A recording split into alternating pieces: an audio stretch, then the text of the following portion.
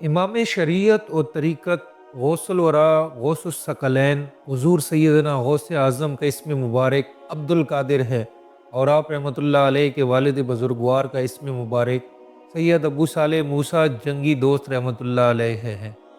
آپ رحمۃ اللہ علیہ کی والدہ ماجدہ کا اسم مبارک سیدہ ام الخیر امت الجبار رحمۃ اللہ علیہ ہے۔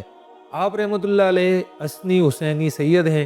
حضور سیدنا غوث اعظم رحمۃ اللہ علیہ کا خاندان اولیاء اللہ کا خاندان ہے۔ آپ رحمۃ اللہ علیہ کے نانا جان، دادا جان، والد ماجد، والدہ ماجدہ، پھوپھی، بھائی، صاحبزادگان سب اولیاء اللہ ہوئے، اور تمام حضرات صاحب کشف و کرامت تھے۔ حضور سیدنا غوث اعظم رحمۃ اللہ علیہ کی پیدائش یکم رمضان المبارک 470 ہجری میں ہوئی۔ آپ رحمۃ اللہ علیہ ابھی کم سن تھے کہ والد بزرگوار حضرت سید ابو صالح موسیٰ جنگی دوست رحمۃ اللہ علیہ وصال فرما گئے، اور یوں آپ رحمۃ اللہ علیہ بچپن ہی میں سایہ پدری سے محروم ہو گئے۔ آپ رحمۃ اللہ علیہ کی تربیت کی ذمہ داری آپ رحمۃ اللہ علیہ کے نانا حضرت عبداللہ سومئی رحمۃ اللہ علیہ کے کندھوں پر آن پڑی، اور انہوں نے آپ رحمۃ اللہ علیہ کی تعلیم و تربیت پر خصوصی توجہ دی۔ حضور سیدنا غوث اعظم رحمۃ اللہ علیہ کے فرزند حضرت سید عبد الرزاق رحمۃ اللہ علیہ کا بیان ہے کہ آپ رحمۃ اللہ علیہ کو بچپن ہی سے کھیل کود سے نفرت تھی، اور آپ رحمۃ اللہ علیہ اگر کبھی کھیل کود کا ارادہ کرتے تو ندائے غیبی آتی کہ ہم نے تجھے کھیل کود کے لیے پیدا نہیں کیا، اور یوں آپ رحمۃ اللہ علیہ گھبرا کر کھیل کود سے دور ہو جاتے تھے۔ حضور سیدنا غوث اعظم رحمۃ اللہ علیہ نے اپنی زندگی کے ابتدائی 17 برس اپنے آبائی شہر جیلان میں ہی گزارے، اور وہیں تعلیم حاصل کی۔ بعد ازاں آپ رحمۃ اللہ علیہ کے دل میں اعلیٰ تعلیم کا شوق بیدار ہوا، اور آپ رحمۃ اللہ علیہ نے اپنی اس خواہش کا اظہار والدہ ماجدہ سے کیا، جنہوں نے آپ رحمۃ اللہ علیہ کو بغداد جانے کی اجازت دے دی۔ حضور سیدنا غوث اعظم رحمۃ اللہ علیہ بغداد آمد کے بعد حضرت شیخ حماد بن دباس رحمۃ اللہ علیہ کی خدمت میں حاضر ہوئے، جن کا شمار اولیاء اللہ رحمۃ اللہ علیہم میں ہوتا تھا، اور بغداد کے قرب و جوار میں ان کا شہرہ تھا۔ بغداد کے بے شمار اولیاء نے انہی سے فیض حاصل کیا تھا۔ آپ رحمۃ اللہ علیہ کا قیام بغداد شریف کے محلہ مظفریہ میں رہا۔ آپ رحمۃ اللہ علیہ تعلیم سے فراغت کے بعد حضرت شیخ حماد بن دباس رحمۃ اللہ علیہ کی محفل میں شریک ہو جاتے، اور ان سے روحانی فیوز و برکات حاصل کرتے۔ بغداد میں آپ رحمۃ اللہ علیہ نے 9 برس تک مختلف علوم پر دسترس حاصل کی، اور اس وقت بغداد میں موجود تمام اکابر علماء حزام کی صحبت سے بھرپور فیض حاصل کیا۔ حضور سیدنا غوث اعظم رحمۃ اللہ علیہ نے حضرت ابو سعید مخزومی رحمۃ اللہ علیہ کے دست حق پر بیعت کی سعادت حاصل کی، اور سلوک کے منازل طے کرنے کے بعد خرقہ خلافت سے سرفراز ہوئے۔ آپ رحمۃ اللہ علیہ نے بغداد میں ایک مدرسہ کی بنیاد رکھی، اور اس مدرسہ میں آپ رحمۃ اللہ علیہ بطور مبلغ، مفتی، معلم اور روحانی پیشوا کے فرائض انجام دیتے تھے۔ آپ رحمۃ اللہ علیہ کے خطبات لوگوں کی زندگیاں بدل کر رکھ دیتے تھے۔ آپ رحمۃ اللہ علیہ کے دور میں تمام علماء اور فقہا آپ رحمۃ اللہ علیہ کی عظمت اور علم کے قائل ہو چکے تھے، اور دور دراز کے علاقوں سے لوگ کثیر تعداد میں آپ رحمۃ اللہ علیہ کی خدمت میں فتاویٰ کے لیے حاضر ہوتے تھے۔ آپ رحمۃ اللہ علیہ لوگوں کے پیچیدہ سے پیچیدہ مسائل کا فوری شرعی حل انہیں بتا دیا کرتے تھے۔ حضور سیدنا غوث اعظم رحمۃ اللہ علیہ کی ازواج مطہرات کی تعداد 4 تھی۔ روایت کے مطابق حضور سیدنا غوث اعظم رحمۃ اللہ علیہ کی ان چاروں ازواج سے 27 بیٹے اور 22 بیٹیاں تولد ہوئیں۔ آپ رحمۃ اللہ علیہ کے بیٹوں کے علاوہ آپ رحمۃ اللہ علیہ کی بیٹیوں نے بھی تصوف کے میدان میں اعلیٰ مقام حاصل کیا۔ آپ رحمۃ اللہ علیہ کی تمام ازواج آپ رحمۃ اللہ علیہ کا بے حد ادب کرتی تھیں، اور آپ رحمۃ اللہ علیہ کی ہر ضرورت کا خاص خیال رکھتی تھیں۔ آپ رحمۃ اللہ علیہ اپنی بیویوں کا خاص خیال رکھتے تھے، اور اپنے ذمہ ان کے واجب حقوق میں کبھی کوتاہی نہ کرتے تھے۔ حضور سیدنا غوث اعظم رحمۃ اللہ علیہ کی عمر مبارک 91 برس ہو چکی تھی۔ آپ رحمۃ اللہ علیہ نے اپنے گھر والوں کو اپنے وصال کی خبر دی تو سب کی آنکھوں سے آنسو جاری ہو گئے۔ آپ رحمۃ اللہ علیہ اب علیل رہنے لگے تھے۔ آپ رحمۃ اللہ علیہ کی ذات و برکات کا فیضان جس سے ایک عالم سیراب ہوا تھا، اب اس کے جانے کا وقت آ چکا تھا۔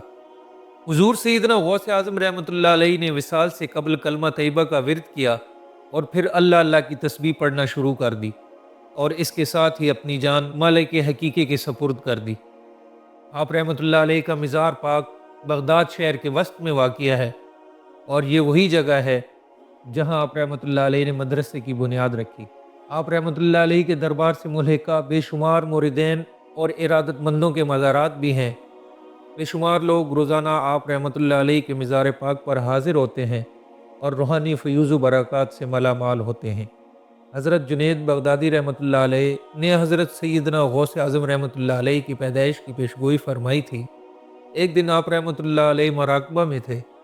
آپ رحمۃ اللہ علیہ نے مراقبہ سے سر اٹھایا اور فرمایا، مجھے عالم غیب سے یہ خبر دی گئی ہے کہ 5ویں صدی ہجری کے وسط میں ایک قطب عالم پیدا ہوگا جس کا لقب محی الدین ہوگا اور اس کا نام عبد القادر ہوگا۔ وہ غوث زماں ہوگا اور حضور نبی کریم صلی اللہ علیہ وآلہ وسلم کی اولاد پاک سے ہوگا، اور وہ ائمہ اربعہ اور اصحابہ کرام رضی اللہ عنہم کے علاوہ سب اولیاء اللہ رحمۃ اللہ علیہم کے متعلق کہے گا کہ میرا قدم ان کی گردنوں پر ہے۔ حضور سیدنا غوث اعظم رحمۃ اللہ علیہ فرماتے ہیں، 511 ہجری میں برہنہ پاؤں بغداد کی جانب عازم سفر تھا۔ راستے میں مجھے ایک بیمار، کمزور اور متغیر رنگ والا شخص ملا۔ جب میں اس کے نزدیک آیا تو اس نے میرا نام لے کر مجھے پکارا اور مجھے سلام کیا۔ جب میں اس کے مزید نزدیک پہنچا تو اس نے مجھ سے کہا کہ مجھے سہارا دو۔ چنانچہ میں نے اسے سہارا دیا، اور دیکھتے ہی دیکھتے وہ تندرست و توانا ہو گیا اور اس کا چہرہ تر و تازہ ہو گیا۔ میں نے یہ منظر دیکھا تو گھبرا گیا۔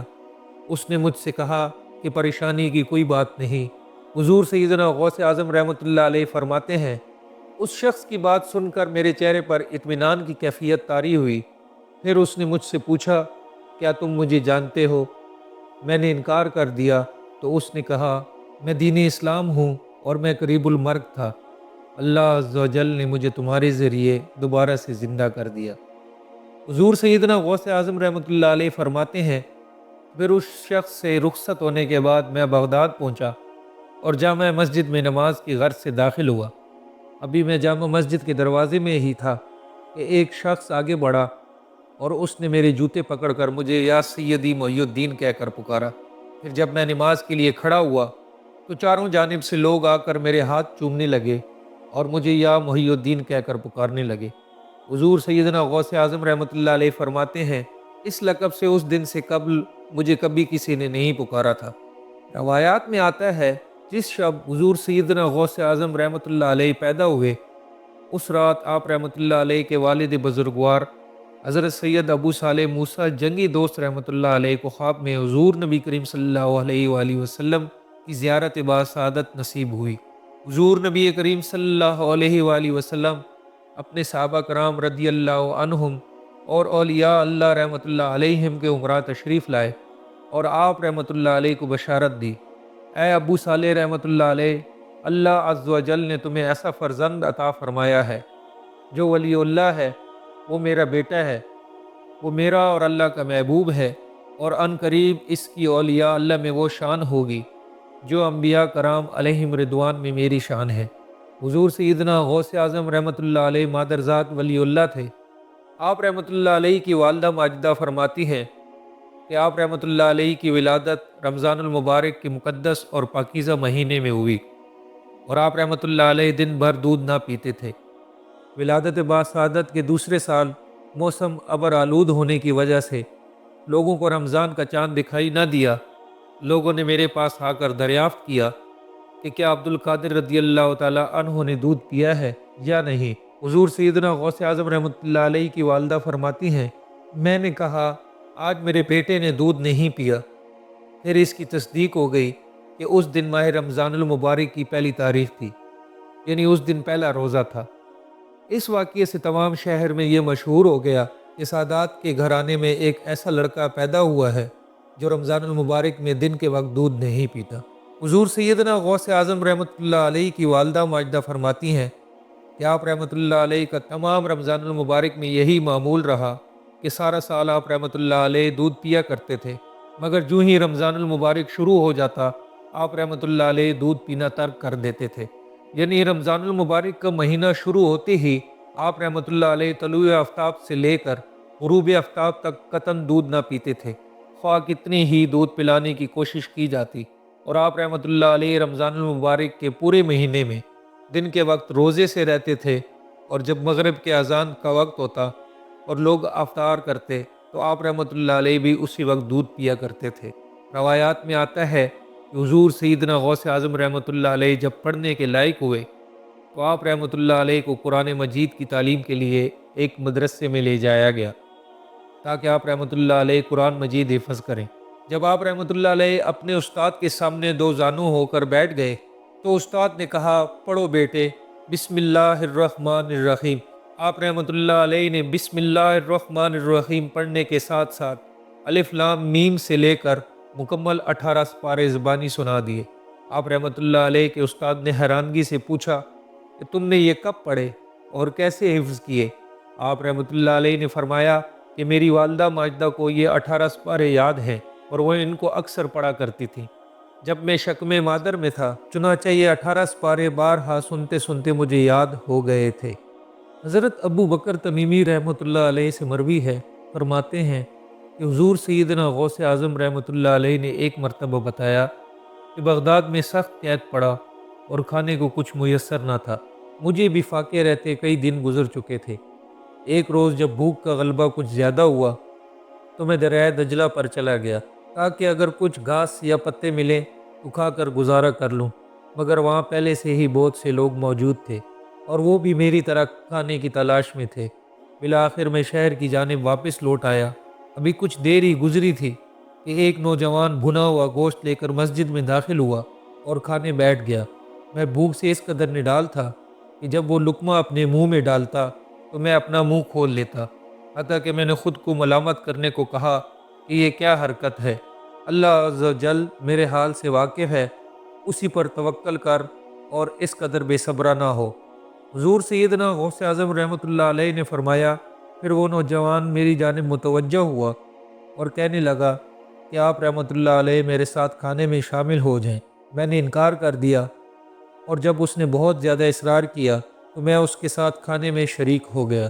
اس نوجوان نے مجھ سے پوچھا کہ میں کیا کرتا ہوں۔ میں نے اسے بتایا کہ میں فقہ کا طالب علم ہوں اور جیلان کا رہنے والا ہوں۔ اس نے مجھ سے پوچھا، کیا تم جیلان کے ایک شخص عبد القادر رحمۃ اللہ علیہ کو جانتے ہو؟ میں نے اسے بتایا، وہ میں ہی ہوں۔ میری بات سن کر اس کی آنکھوں سے آنسو جاری ہو گئے اور کہنے لگا کہ مجھے جیلان سے آپ رحمۃ اللہ علیہ کی والدہ نے 8 دینار دے کر بھیجا تھا۔ میں آپ رحمۃ اللہ علیہ کو تلاش کرتا رہا، یہاں تک کہ میرے پاس موجود رقم بھی ختم ہو گئی اور فاقوں کی نوبت آ گئی۔ میں نے بھوک سے نڈال 3 دن گزار دیے۔ پھر مجھے خیال آیا کہ فاقہ کی حالت میں تیسرے دن تو مردار کھانے کی بھی اجازت ہے، اس لیے میں نے امانت میں سے یہ کھانا خریدا تھا۔ یہ کھانا آپ رحمۃ اللہ علیہ کی ملکیت ہے اور میں آپ رحمۃ اللہ علیہ سے معافی چاہتا ہوں۔ حضور سیدنا غوث اعظم رحمۃ اللہ علیہ نے فرمایا، میں نے اس شخص کو تسلی دی کہ فکر کی کوئی بات نہیں، اور پھر ہم دونوں نے مل کر وہ کھانا کھایا۔ شیخ ابو سعید عبداللہ محمد سے منقول ہے، فرماتے ہیں، میں ابن السقا اور حضور سیدنا غوث اعظم رحمۃ اللہ علیہ جامعہ نظامیہ بغداد میں زیر تعلیم تھے۔ اس زمانے میں بغداد میں ایک شخص بہت مشہور تھا اور سب اس کو غوث کہتے تھے۔ وہ جب چاہتا ظاہر ہو جاتا اور جب چاہتا غائب ہو جاتا۔ ایک روز ہم تینوں دوست نے اس بات کا ارادہ کیا کہ ان سے ملا جائے۔ جب ہم روانہ ہوئے تو ابن السقا نے کہا کہ میں اس غوث سے ایسا مسئلہ پوچھوں گا کہ وہ لاجواب ہو جائے گا۔ میں نے کہا کہ میں بھی ایک سوال کروں گا، دیکھتا ہوں وہ کیا جواب دیتے ہیں۔ حضور سیدنا غوث اعظم رحمۃ اللہ علیہ نے فرمایا کہ میں کوئی سوال نہیں کروں گا، میں تو صرف ان کی زیارت کی سعادت حاصل کروں گا۔ شیخ ابو سعید عبداللہ محمد فرماتے ہیں، جب ہم وہاں پہنچے تو وہ موجود نہ تھے۔ تھوڑی دیر بعد وہ ظاہر ہوئے اور ابن السقا سے کہنے لگے، اے ابن السقا، تجھ پر صد افسوس ہے، تو مجھ سے ایسا سوال پوچھنا چاہتا تھا جس سے تو مجھے لاجواب کر دے۔ تمہارا سوال یہ تھا اور اس کا جواب یہ ہے۔ اور انہوں نے ابن السقا کے بتائے بغیر اس کے سوال کا جواب دے دیا اور پھر فرمایا، مجھے تیرے اندر کفر نظر آتا ہے۔ پھر انہوں نے میری جانب نگاہ کی اور فرمایا کہ تمہارا سوال یہ ہے اور اس کا جواب یہ ہے، اور تمہاری اس بے ادبی کی وجہ سے دنیا تمہارے کانوں تک چھا جائے گی۔ پھر وہ حضور سیدنا غوث اعظم رحمۃ اللہ علیہ کی جانب متوجہ ہوئے اور ان کو اپنے پاس بلا کر بٹھایا اور ان کے ساتھ نہایت عزت و احترام سے پیش آئے اور فرمایا، اے عبد القادر رضی اللہ تعالیٰ عنہ، تو نے اپنے ادب کی بدولت اللہ اور اس کے رسول صلی اللہ علیہ وآلہ وسلم کو راضی کر لیا۔ تم ان قریب ایک ممبر پر بیٹھو گے اور سارا بغداد تمہاری بات سنے گا۔ تم اعلان کرو گے کہ ہر ولی کی گردن پر میرا قدم ہے، اور مجھے نظر آ رہا ہے کہ تمام ولی اللہ تمہاری اس بات پر اپنا سر جھکا دیں گے۔ شیخ ابو سعید عبداللہ محمد فرماتے ہیں، اس کے بعد وہ غوث غائب ہو گئے اور ہماری ان سے پھر کبھی کوئی ملاقات نہ ہوئی۔ جس وقت حضور سیدنا غوث اعظم رحمۃ اللہ علیہ ممبر ولایت پر بیٹھے اور آپ رحمۃ اللہ علیہ نے اعلان کیا کہ تمام اولیاء کی گردنوں پر میرا پاؤں ہے، شیخ ابو سعید عبداللہ محمد رحمۃ اللہ علیہ فرماتے ہیں، ابن السقا کا یہ حال تھا کہ اس نے شرعی علوم پر دسترس حاصل کی اور ہر ایک کو اپنے علم سے مات دی، مگر جب خلیفہ نے اسے اپنا مقرب خاص بنا کر شاہ روم کی جانب بھیجا تو اس نے شاہ روم کے تمام عیسائی پادریوں کو مات دے دی۔ شاہ روم نے اس کی نہایت عزت کی اور اسے اپنا مقرب خاص بنا لیا۔ وہاں ابن السقا ایک لڑکی پر فریفتہ ہوا اور اس نے شاہ روم سے اس کا رشتہ مانگا۔ شاہ روم نے کہا کہ اس کا رشتہ میں ایک شرط پر دوں گا، جب تو عیسائی ہوگا۔ ابن السقا نے اس لڑکی سے شادی کی غرض سے عیسائی مذہب کو اختیار کر لیا۔ مجھے جب علم ہوا تو مجھے ان غوث کا قول یاد آ گیا۔ شیخ ابو سعید عبداللہ محمد فرماتے ہیں، میری یہ حالت ہوئی کہ میں بغداد سے دمشق آیا تو سلطان نور الدین زنگی ملک شہید نے مجھے محکمہ اوقاف کا ناظم اعلیٰ مقرر کر دیا۔ میں حاکم ہو گیا اور دنیا چاروں جانب سے مجھ پر ٹوٹ پڑی۔ اس غوث کی کہی ہوئی تینوں باتیں درست ثابت ہوئیں۔